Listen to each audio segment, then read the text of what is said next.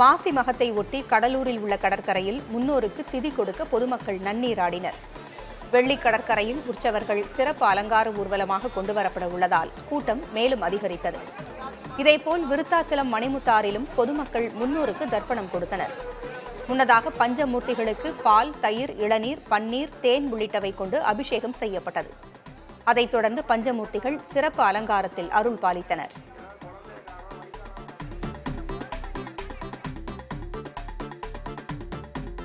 கடலில் பலத்த வாடை காற்று வீசி வருவதால் நாகை மாவட்டம் ஆறுகாட்டுத்துறையைச் சேர்ந்த மீனவர்கள் கடலுக்கு செல்லவில்லை.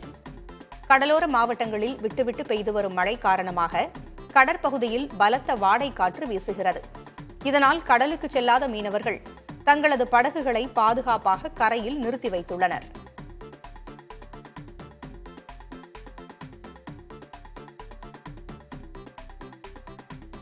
திருச்செந்தூர் முருகன் கோயிலில் மாசி திருவிழா தேரோட்டம் வெகு விமர்சையாக நடைபெற்றது. அதிகாலையிலேயே கோயில் நடை திறக்கப்பட்டு சிறப்பு பூஜைகள் நடைபெற்றன.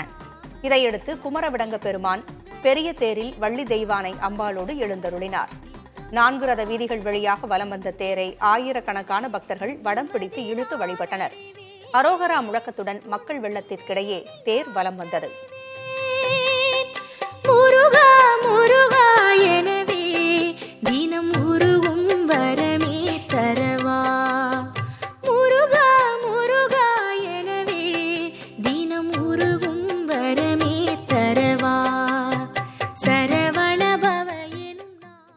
விழுப்புரம் மாவட்டம் செஞ்சி ஒழுங்குமுறை விற்பனை கூடத்திலிருந்து கிணற்றுக்குள் லாரி கவிழ்ந்த விபத்தில் 600 நெல் மூட்டைகள் நீரில் மூழ்கி வீணாயின. விவசாயிகளிடம் வாங்கிய நெல் மூட்டைகளை ஏற்றிக் கொண்டு வந்த லாரி ஒழுங்குமுறை விற்பனை கூடத்தில் நிறுத்தப்பட்டிருந்தது. இந்நிலையில் செஞ்சியில் பெய்த மழை காரணமாக மண் சரிவு ஏற்பட்டு கிணற்றில் லாரி கவிழ்ந்தது. இதில் லாரியில் இருந்த 24 டன் நெல் தண்ணீரில் மூழ்கி வீணானது. இதன் மதிப்பு சுமார் 7.5 லட்சம் ரூபாய் என்று விவசாயிகள் தெரிவித்துள்ளனர்.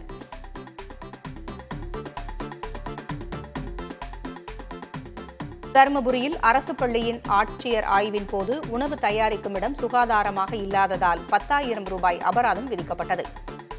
அரசு நடுநிலைப் பள்ளியில் ஆட்சியர் ஆர். சதீஷ் திடீர் ஆய்வு மேற்கொண்டார். மாணவர்களுக்கு தயாரிக்கப்பட்ட உணவின் தரத்தை ஆய்வு செய்தபோது அங்கிருந்த மளிகை பொருட்கள் காலாவதியாகி இருந்தது. மேலும் உணவு தயாரிக்கும் கூடம் சுகாதாரமற்ற முறையில் இருந்தது. இதனால் மளிகை பொருட்களை பறிமுதல் செய்து அபராதம் விதிக்கப்பட்டது. மேலும் உணவு தயாரிக்கும் பணியாளர்களை ஆட்சியர் எச்சரித்தார். உங்கள் வீட்டில் இதுபோன்று சுகாதாரமற்ற முறையில் வைத்திருப்பீர்களா என்று சரமாரியாக கேள்வி எழுப்பினார்.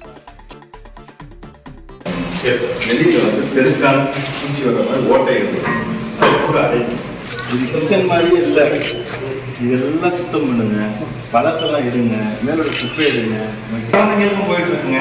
காலைல சாப்பிட்ற எல்லா குழந்தைங்களுக்கும் சாப்பிட ஆரம்பிச்சிருக்கீங்க. எல்லாம் இவ்வளவு மோசமா வச்சிருக்கீங்க. தவிர்க்க முடியாது, நான் ஒத்துக்கிறேன். ஆனா இப்படியே வச்சிருக்கீங்க ஒரு ஸ்டாக். அந்த சூப்பர்வைசர் கம்பெனிக்கு 10,000 ருபீஸ் அபராதம் போடுங்க, கட்ட சொல்லுங்க. ஒரு தடவை கட்டினாருன்னா அடுத்த தடவை இதெல்லாம் கரெக்டா இருக்கும். உங்க வீடு போய் வச்சுக்கீங்களா சொல்லுங்க, நான் ஒத்துக்கிறேன்.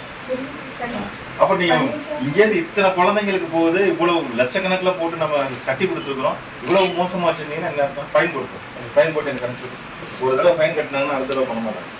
இந்த மாதிரி வண்டு பிடிச்சது ஏதாவது ஒன்று இருந்துச்சுன்னா அந்த தடவை ஃபைன் ஹெவியாக போடுது. வண்டு பிடிச்சுன்னா டிஸ்போசிவ் எடுத்து வச்சு எடுத்து இல்லை அதை நிற்க.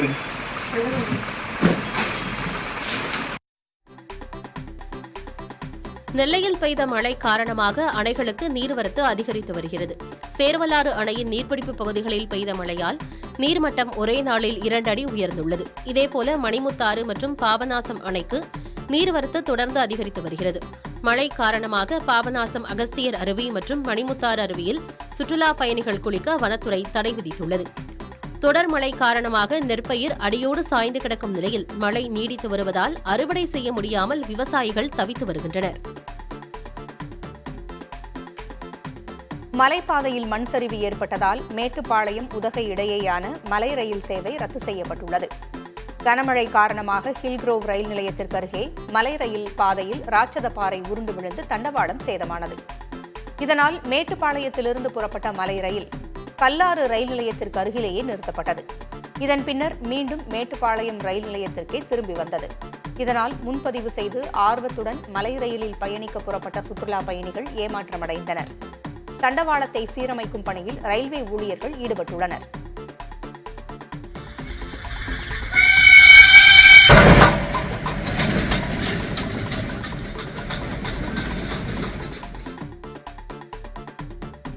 சென்னையை அடுத்த துறைப்பாக்கத்தில் மழைநீர் வடிகால் பள்ளத்தில் விழுந்து 3 வயது குழந்தை படுகாயமடைந்த சம்பவம் அதிர்ச்சியை ஏற்படுத்தியுள்ளது. துறைப்பாக்கம் சீவரம் பகுதியில் வசித்து வரும் உதயன் மீனா தம்பதியின் 3 வயது குழந்தை வீட்டின் அருகே விளையாடிக் கொண்டிருந்தது. அங்கு மழைநீர் வடிகாலுக்காக தோண்டப்பட்ட பள்ளத்தில் மழைநீர் மற்றும் கழிவுநீர் தேங்கியிருந்த நிலையில் எதிர்பாராத விதமாக குழந்தை பள்ளத்தில் தவறி விழுந்தது. இதையடுத்து அங்கிருந்தவர்கள் குழந்தையை மீட்டு அருகில் உள்ள தனியார் மருத்துவமனைக்கு அழைத்துச் சென்றனர். சென்னை மாநகராட்சி அதிகாரிகள் வீடுகளின் அருகே மழைநீர் வடிகாலுக்காக தோண்டப்பட்ட பள்ளங்களை சுற்றி தடுப்புகள் அமைக்காமல் அலட்சியமாக செயல்பட்டதே குழந்தை படுகாயமடைந்ததற்கு காரணம் என்று அப்பகுதி மக்கள் குற்றஞ்சாட்டினர்.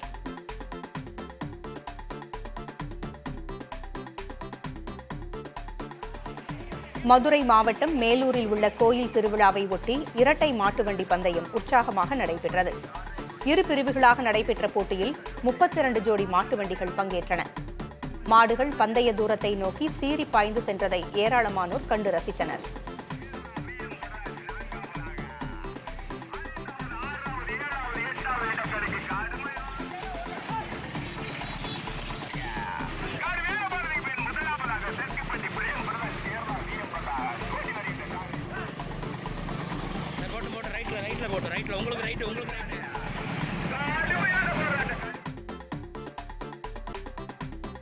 கரூர் மாவட்டம் தான்தோன்றி மலையில் உள்ள வெங்கட்ரமண பெருமாள் கோயிலில் மாசி தேரோட்டம் நடைபெற்றது. இதில் பங்கேற்ற ஏராளமான பக்தர்கள் தேரை வடம் பிடித்து இழுத்து வழிபட்டனர். மாசி மக விழாவின் முக்கிய நிகழ்வான தேரோட்டத்தில் அலங்கரிக்கப்பட்ட தேரில் கல்யாண வெங்கட்ரமண பெருமாள் ஸ்ரீதேவி பூதேவி சமேதராய் எழுந்தருளி அருள் பாலித்தார். அப்போது பக்தர்கள் கோவிந்தா கோவிந்தா என்று விண்ணதிர முழக்கமிட்டனர். அதைத் தொடர்ந்து 4 வீதிகளிலும் தேர் வலம் வந்தது.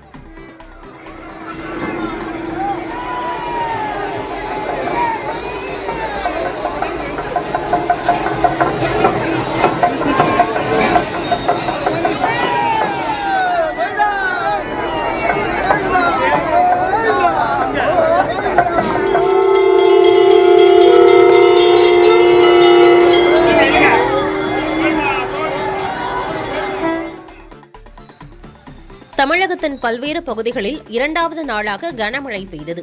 தஞ்சை மாநகர பகுதிகளுக்கு உட்பட்ட வல்லம், அம்மாபேட்டை, திருவையாறு, ஒரத்தநாடு உள்ளிட்ட பல்வேறு பகுதிகளில் பெய்த மழையால் வெப்பம் தணிந்து குளிர்ச்சியான சூழல் ஏற்பட்டுள்ளது. தாழ்வான பகுதிகளில் தண்ணீர் தேங்கியதால் மக்கள் அவதியடைந்தனர். தூத்துக்குடி மாவட்டம் கோவில்பட்டி மற்றும் சுற்றுவட்டார பகுதிகளில் 1 மணி நேரத்திற்கு மேலாக கனமழை பெய்தது.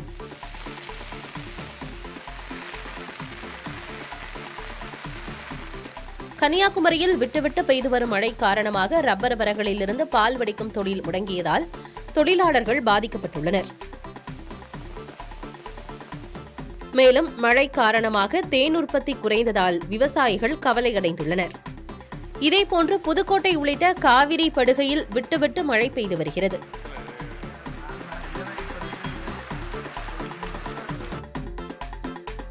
நீலகிரி மாவட்டம் குன்னூரில் அனுமதியின்றி கட்டப்பட்ட சொகுசு விடுதிக்கு அதிகாரிகள் சீல் வைத்தனர். ஊராட்சிகளில் அனுமதி பெறாமல் கட்டப்பட்ட கட்டடங்களை கண்டறிந்து நோட்டீஸ் வழங்க ஆட்சியர் உத்தரவிட்டுள்ளார். இதையடுத்து கரிமராகட்டி பகுதியில் அனுமதியின்றி இயங்கி வந்த தனியார் சொகுசு விடுதிக்கு ஊராட்சி அலுவலர்கள் சீல் வைத்தனர்.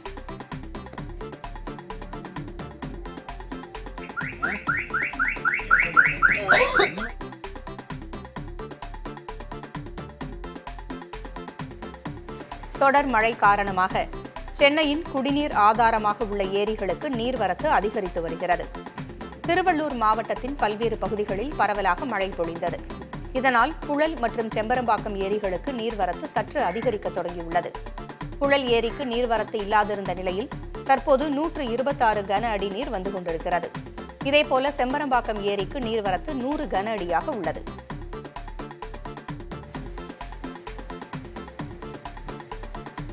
தமிழகத்தின் பல்வேறு இடங்களில் மழை பெய்ததால் மின் தேவை குறைந்தது. தமிழகத்தில் இந்த மாத தொடக்கத்திலிருந்து வெயில் சுட்டரித்து வந்ததால் வீடுகளிலும் அலுவலகங்களிலும் ஏசி சாதன பயன்பாடு அதிகரித்தது. இதனால் கடந்த மாதம் வரை நாள்தோறும் சராசரியாக 16,000 மெகாவாட்டாக இருந்த மின் தேவை கடந்த வாரத்தில் 18,000 மெகாவாட் அளவிற்கு உயர்ந்தது. இந்நிலையில் தமிழகத்தின் பல்வேறு இடங்களில் மழை பெய்ததால் வெப்பம் தணிந்ததன் காரணமாக மின் தேவை 15,000 மெகாவாட்டாக குறைந்தது. இன்னும் சில நாட்களுக்கு மழை நீடித்தால் கோடை காலத்தில் மின் தேவையை பூர்த்தி செய்வதில் சிரமம் இருக்காது என மின்வாரிய அதிகாரிகள் தெரிவித்தனர். திருவாரூர் மாவட்டத்தில் 50,000த்திற்கும் மேற்பட்ட நீர்வாழ் பறவைகள் இருப்பதாக வனத்துறையின் கணக்கெடுப்பு முடிவுகள் தெரிவிக்கின்றன. முத்துப்பேட்டை, அலையாத்திக்காடுகள், உதய மார்த்தாண்டபுரம், மடுவூர் ஏரி, திருமேனி ஏரி உள்ளிட்ட 20க்கும் மேற்பட்ட நீர்நிலைகளை தேர்வு செய்து கடந்த 8, 9 ஆகிய 2 நாட்கள் மேற்கொள்ளப்பட்ட ஆய்வில் இந்த தகவல் தெரியவந்திருக்கிறது.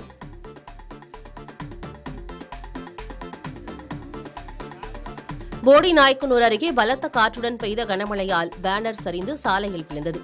நின்று கொண்டிருந்த கார் மீது விழுந்ததால் பெரும் விபத்து தவிர்க்கப்பட்டது. காரில் இருந்த ஓட்டுநர் காரை விட்டு இறங்கினார்.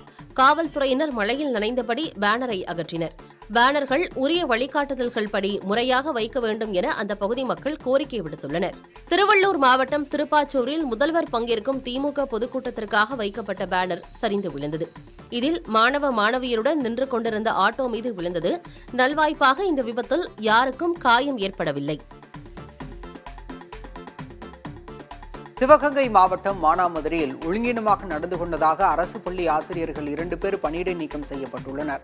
கல்குறிச்சி கிராமத்தில் இயங்கி வரும் அரசு பள்ளியில் பணியாற்றி வந்த சாத்தையா, ராஜா ஆகியோர் பள்ளிக்கு களங்கம் ஏற்படுத்தும் விதமாக செயல்பட்டதாக கூறப்படுகிறது. மேலும் மாணவர்களிடையே சாதி அடிப்படையில் பிரிவினையை ஏற்படுத்தும் விதத்தில் நடந்து கொண்டதாக புகார் அளிக்கப்பட்டுள்ளது. அதன் அடிப்படையில் விசாரணை நடத்தி ஆசிரியர்கள் 2வரையும் பணியிடை நீக்கம் செய்து மாவட்ட முதன்மை கல்வி அலுவலர் உத்தரவிட்டுள்ளார். திண்டுக்கல் மாவட்டம் கன்னிவாடி அருகே கல்லால் தாக்கப்பட்ட துப்புரவு பணியாளர் கொல்லப்பட்ட வழக்கில் இளைஞர் கைது செய்யப்பட்டார்.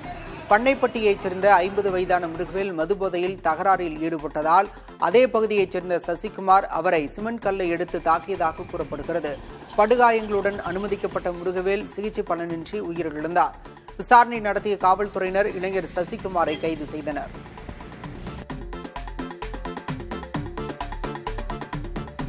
சொத்து வரியை உயர்த்தி வசூலிக்க தூத்துக்குடி மாநகராட்சிக்கு தடை விதிக்க கோரி பொதுநல வழக்கு தாக்கல் செய்யப்பட்டிருந்தது.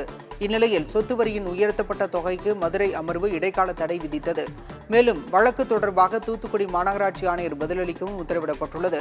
தூத்துக்குடி மாநகராட்சியில் 2022இல் 49,899 ரூபாயாக இருந்த சொத்து வரி தற்போது 99,798 ரூபாயாக உயர்த்தப்பட்டுள்ளதாகவும் இது விதிக்கு புறம்பானது என்றும் அந்த மனுவில் தெரிவிக்கப்பட்டுள்ளது.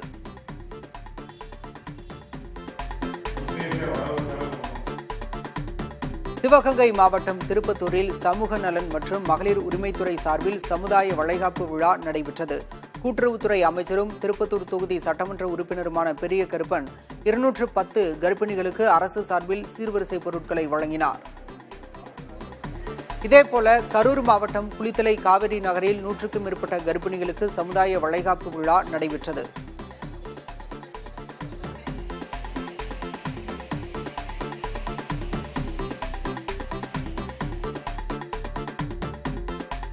மேட்டூர் அனல் மின் நிலைய ஒப்பந்த தொழிலாளர்களின் போராட்டம் 12 நாட்களுக்கு பிறகு முடிவுக்கு வந்தது. பணி நிரந்தரம், ஊதிய உயர்வு உள்ளிட்ட கோரிக்கைகளை வலியுறுத்தி தொழிலாளர்கள் தொடர் போராட்டத்தில் ஈடுபட்டு வந்தனர். இந்நிலையில் தமிழ்நாடு மின்வாரிய தலைவர் ராதாகிருஷ்ணனுடன் நடத்திய பேச்சுவார்த்தையில் உடன்பாடு ஏற்பட்டதை அடுத்து ஒப்பந்த தொழிலாளர்களின் போராட்டம் வாபஸ் பெறப்பட்டது. கடலில் பலத்த வாடை காற்று வீசி வருவதால் நாகை மாவட்டம் ஆற்காட்டுத்துறையைச் சேர்ந்த மீனவர்கள் கடலுக்கு செல்லவில்லை. கடலோர மாவட்டங்களில் விட்டு பெய்து வரும் மழை காரணமாக கடற்பகுதியில் பலத்த வாடை காற்று வீசுகிறது. இதனால் கடலுக்கு செல்லாத மீனவர்கள் தங்களது படகுகளை பாதுகாப்பாக கரையில் நிறுத்தி வைத்துள்ளனர். ஏழைகளுக்கு வீட்டுமனை இல்லை என்பது இல்லாத நிலையை அரசு தனி கவனம் எடுத்து ஏற்படுத்த வேண்டும் என திரைப்பட இயக்குநர் கோரி நயினார் தெரிவித்துள்ளார். திருவள்ளூர் மாவட்டம் கரடிப்புத்தூர் கிராமத்தில் செம்மண் குவாரிக்கு அனுமதித்த இடத்தில் ஏழை எளிய மக்களுக்கு இலவச வீட்டுமனை பட்டா வழங்க வலியுறுத்தி பொன்னேரியில் விசிக சார்பில் ஆர்ப்பாட்டம் நடைபெற்றது. இதில் பங்கேற்ற பின் பேட்டியளித்த திரைப்பட இயக்குநர் கோபி நயினார் ஏழைகளுக்கு வீட்டுமனை இல்லாத நிலை நாடு முழுவதும் உள்ளதாக தெரிவித்தார்.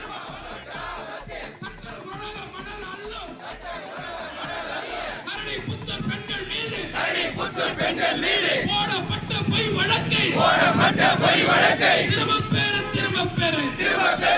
திராவிட மாடலில் நாங்கள் என்ன கேள்வி கேட்குறோம் அப்படின்னாக்கா, திராவிட மாடல்களில் ஏழை எளிய மக்களுடைய வாழ்க்கை முறையை நீங்கள் என்னவாக கணிக்கிறீர்கள், அவர்களுக்கு என்னென்ன மாதிரியான எதிர்காலத்தை உண்டாக்குகிறீர்கள் என்றதுக்கான வேலை திட்டங்கள் இருக்குதா இல்லையா? வீட்டு மனை இல்லைன்றது ஒரு நாட்டினுடைய அவமானம். சுதந்திரம் பெற்ற இத்தனை ஆண்டு காலத்துக்கு அப்புறம் இன்னும் வீட்டு மனை இல்லை என்ற ஒரு மிகப்பெரிய அவமானம் இந்தியா முழுவதும் எல்லா மாநிலங்களிலும் இருக்குது. நெல்லை மாவட்டம் கூடன்குளத்தில் காவல்துறை பேச்சுவார்த்தைக்கு பின்னர் 6 ஆண்டுகளாக பூட்டி கிடந்த உதிர மாடசாமி கோவில் திறக்கப்பட்டு பூஜைகள் நடைபெற்றன. இரு தரப்பினரிடையே வழிபாட்டு முறையில் பிரச்சினை ஏற்பட்டதால் கோயில் மூடப்பட்டிருந்தது. இந்நிலையில் கூடங்குளம் காவல் ஆய்வாளர் ரகுராஜன் இரு தரப்பினரையும் அழைத்து பேச்சுவார்த்தையில் ஈடுபட்டார். அதில் உடன்பாடு ஏற்பட்டதால் இரு தரப்பினரும் ரகுராஜன் முன்னிலையில் பூஜைகள் செய்து கோயிலை திறந்தனர். நீண்ட காலத்திற்கு பின் ஊர் மக்கள் சேர்ந்து கோயிலுக்குள் சென்று வழிபாடு நடத்தினர்.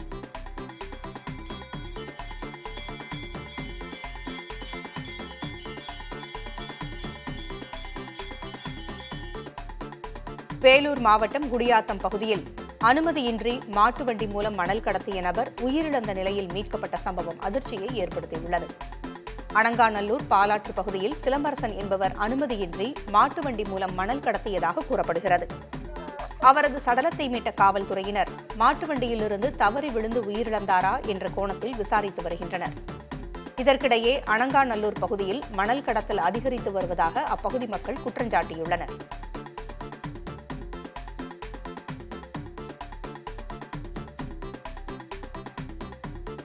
கிருஷ்ணகிரி மாவட்டம் ஊத்தங்கரை அருகே தேசிய நெடுஞ்சாலை ஓரம் ஊராட்சி நிர்வாகத்தினர் குப்பைகளை கொட்டுவதாக புகார் எழுந்துள்ளது. திருவண்ணாமலை தேசிய நெடுஞ்சாலை ஓரம் சிங்காரப்பேட்டை ஊராட்சி நிர்வாகத்தினர் குப்பைகளை கொட்டுவதால் அப்பகுதியில் பன்றிகள் தொல்லை அதிகரித்திருப்பதாக மக்கள் தெரிவிக்கின்றனர். இந்நிலையில் குப்பைகளை அகற்ற நடவடிக்கை எடுப்பதாக வட்டார வளர்ச்சி அலுவலர் தெரிவித்தார்.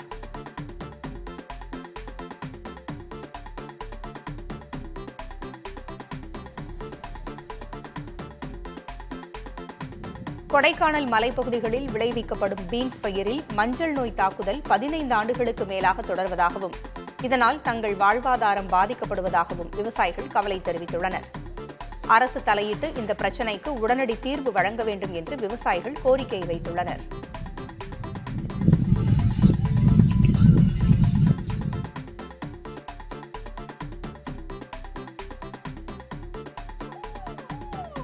மதுரையில் திருடு போன சரக்கு வாகனத்தை சென்னை செல்லும் வழியில் உளுந்தூர்பேட்டை காவல்துறையினர் மடக்கி பிடித்து பறிமுதல் செய்தனர். மதுரை மேலூரைச் சேர்ந்த ராஜீவ் வீட்டின் வெளியே நிறுத்தியிருந்த சரக்கு வாகனம் திருடு போனதாக புகார் அளித்திருந்தார். GPS கருவி மூலம் உளுந்தூர்பேட்டை வழியாக வாகனம் சென்று கொண்டிருந்ததை கண்டறிந்த காவல்துறையினர் அப்பகுதி காவல்துறைக்கு தகவல் அளித்தனர்.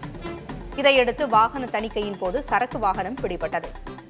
திருடியவர்களில் ஒருவரை மடக்கி பிடித்து கைது செய்தனர். மற்றவர்கள் தப்பியோடினர்.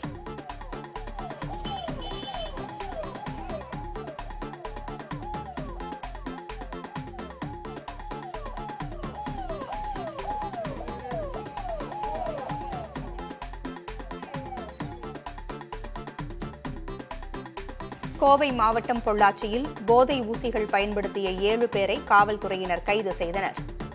மீன்கரை சாலையில் இளைஞர்கள் சிலர் போதை ஊசியை பயன்படுத்துவதாக வந்த தகவலின் அடிப்படையில் சோதனை நடத்தியுள்ளனர். அப்போது பல்லடம் பகுதியைச் சேர்ந்த முரளிக்குமார் என்பவரிடமிருந்து போதை மருந்து நிரப்பப்பட்ட குப்பிகளை வாங்கி பயன்படுத்தியது தெரியவந்தது.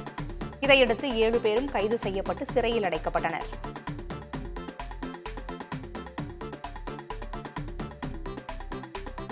கோவை பாரதியார் பல்கலைக்கழகத்தில் கணினி கொள்முதல் விவகாரத்தில் முறைகேடு உறுதியானதால் 16 பேர் மீது லஞ்ச ஒழிப்புத்துறை வழக்கு பதிவு செய்துள்ளது.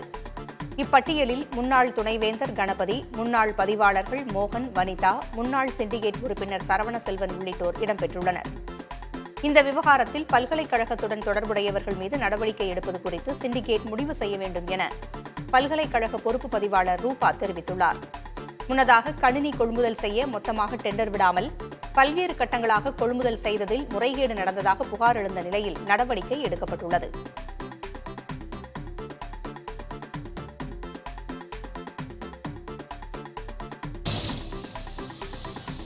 கன்னியாகுமரியில் யானையின் மேல் மதுபோதையில் படுத்துறங்கிய பாகன் மீது வழக்கு பதிவு செய்து விசாரணை நடத்தப்பட்டு வருகிறது. திருப்பரப்பு பகுதியைச் சேர்ந்த ராமகிருஷ்ணன் என்பவருக்கு சொந்தமான பெண் யானையை 2 பாகன்கள் உணவு கொடுப்பதற்காக அழைத்துச் சென்றனர். அப்போது பாகன்கள் இருவரும் மது அருந்தியதாக கூறப்படுகிறது. இதில் ஒருவர் அங்கேயே இருந்துவிட்ட நிலையில் மற்றொருவர் யானை மீது அமர்ந்து பிற்பரப்பு நோக்கி சென்றுள்ளார். அப்போது மதுபோதையில் யானை மீதே அவர் படுத்துறங்கிய நிலையில் இதை பார்த்த பொதுமக்கள் வனத்துறை மற்றும் யானையின் உரிமையாளருக்கு தகவல் அளித்தனர். இதையடுத்து அவர்கள் வந்து யானையை அழைத்துச் சென்றனர். இது தொடர்பாக யானையின் உரிமையாளர் மற்றும் யானை பாகன் மீது வழக்கு பதிவு செய்து வனத்துறையினர் விசாரணை நடத்தி வருகின்றனர்.